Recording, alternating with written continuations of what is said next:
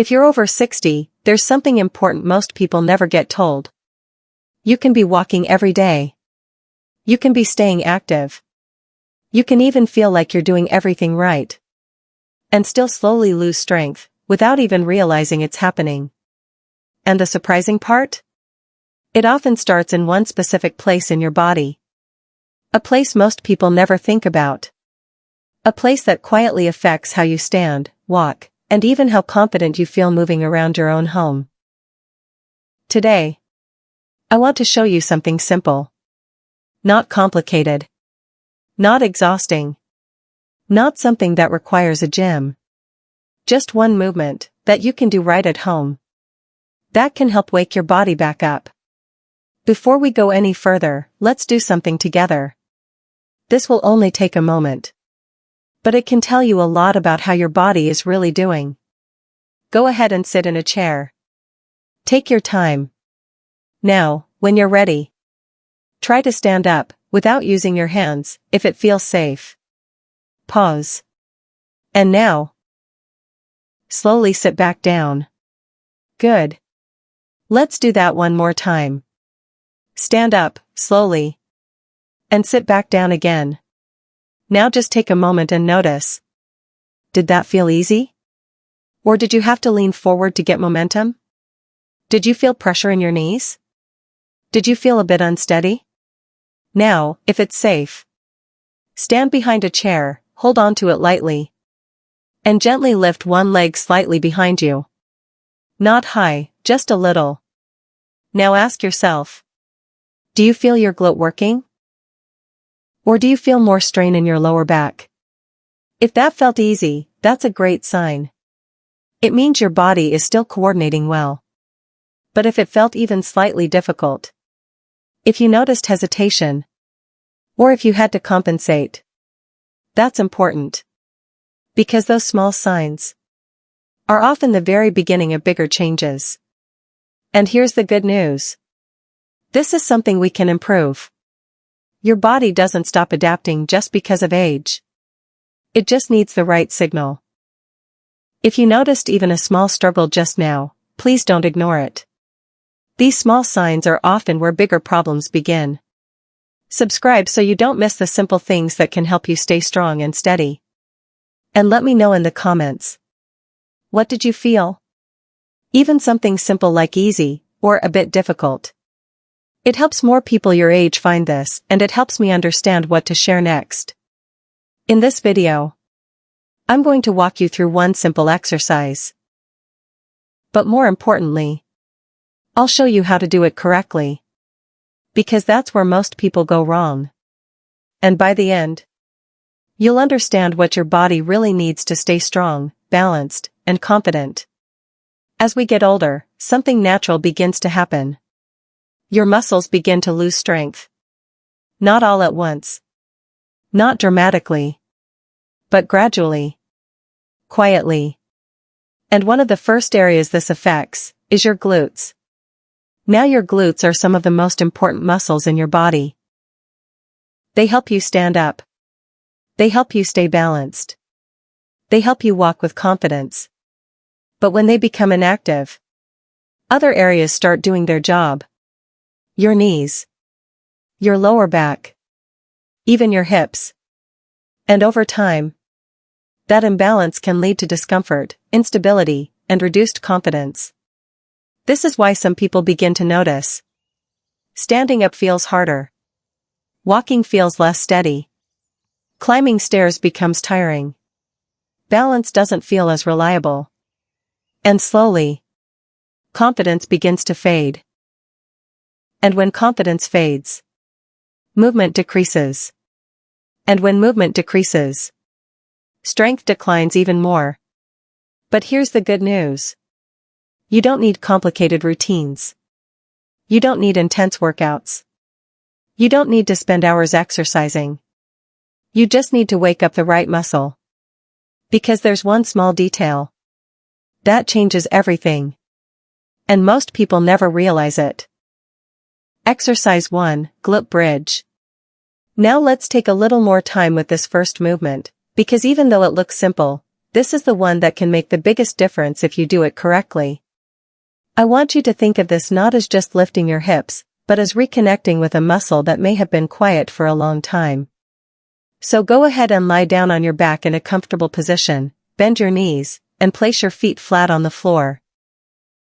Let your arms rest naturally by your sides and take a moment to relax your shoulders and your neck, because tension in those areas can take away from what we're trying to do here.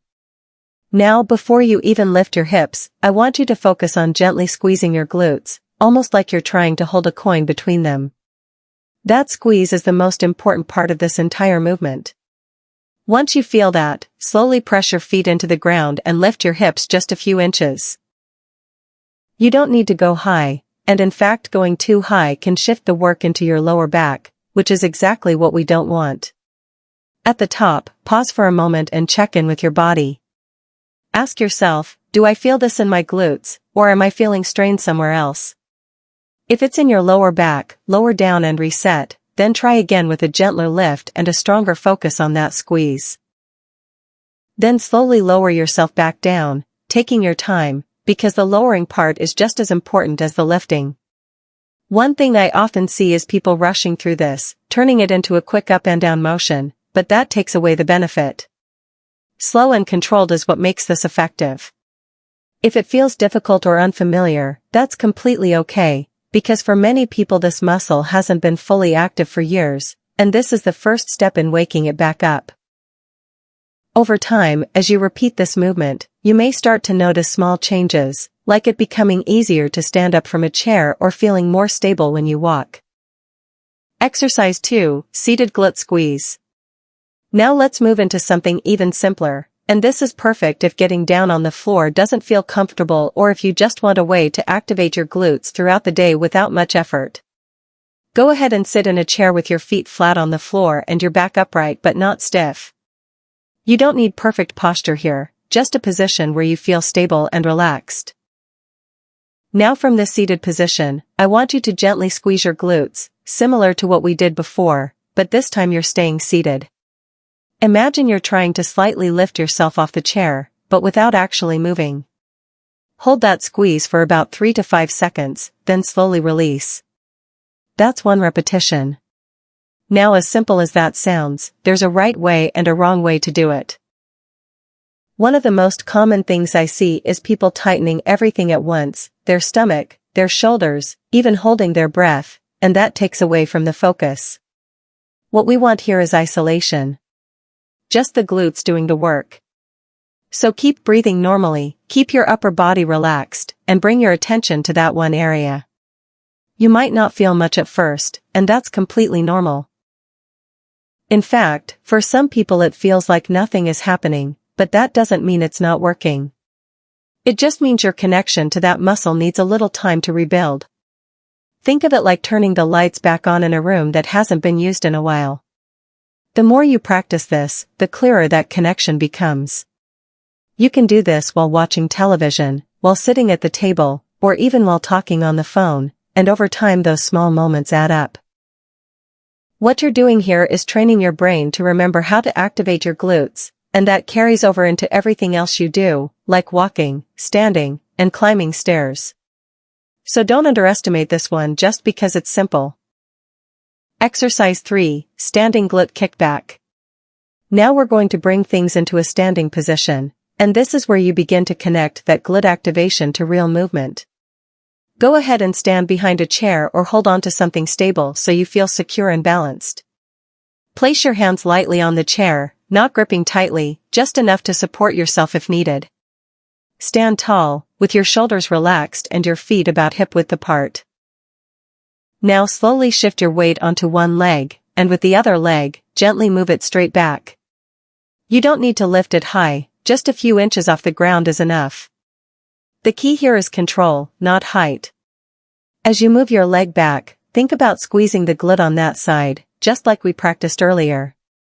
Pause briefly at the back, then slowly bring your foot back to the starting position. Now one of the most common mistakes I see here is people arching their lower back to get their leg higher, and that completely takes the focus away from the glute. So instead of thinking about how high your leg is going, think about how well you're controlling the movement. Keep your upper body steady, avoid leaning forward, and keep your motion slow and deliberate. If it feels small, that's actually a good sign, because it means you're not using momentum. If you feel it more in your lower back, reset your posture and try again with a smaller movement. This exercise is not about pushing limits, it's about building awareness and control. Over time, as your glutes become more active, you'll likely notice improvements in your balance and your walking stability. Even standing for longer periods can begin to feel easier. So take your time with this one, focus on quality over quantity, and remember that small, controlled movements are what create lasting strength. Quick pause for a moment. How is your body feeling right now? Even thinking about these movements can start to build awareness.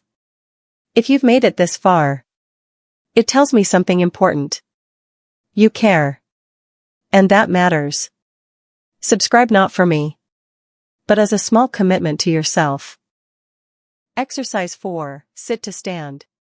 Now let's look at something you already do every single day, but with a small adjustment, it can become one of the most powerful exercises for your legs and glutes. Go ahead and sit in a sturdy chair with your feet flat on the floor.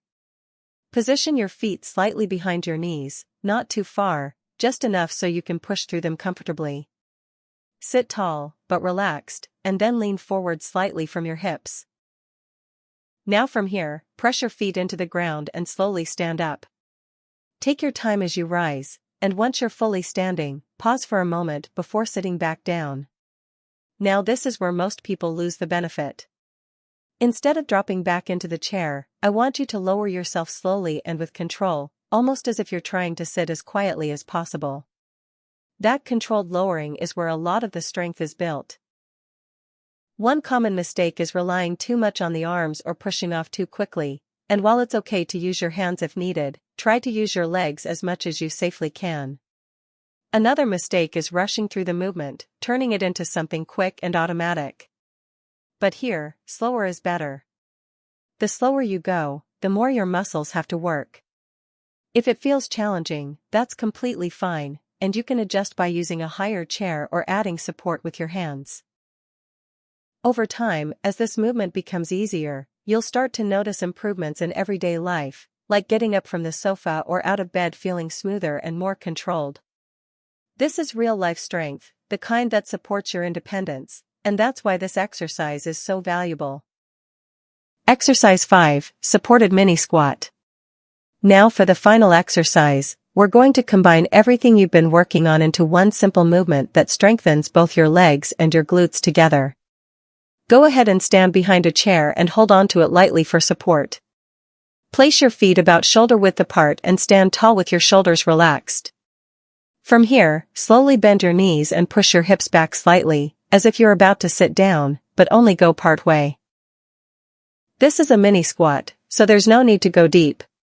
Just a small bend is enough to start building strength. Then press through your feet and return to a standing position. Now the key here is control. One of the most common mistakes is going too low or moving too quickly, which can make the exercise feel harder or even uncomfortable. Instead, keep the movement small, slow, and steady. Focus on how your body feels as you move, and try to keep your weight evenly distributed through your feet. If your knees feel strained, reduce the depth and focus more on pushing your hips back.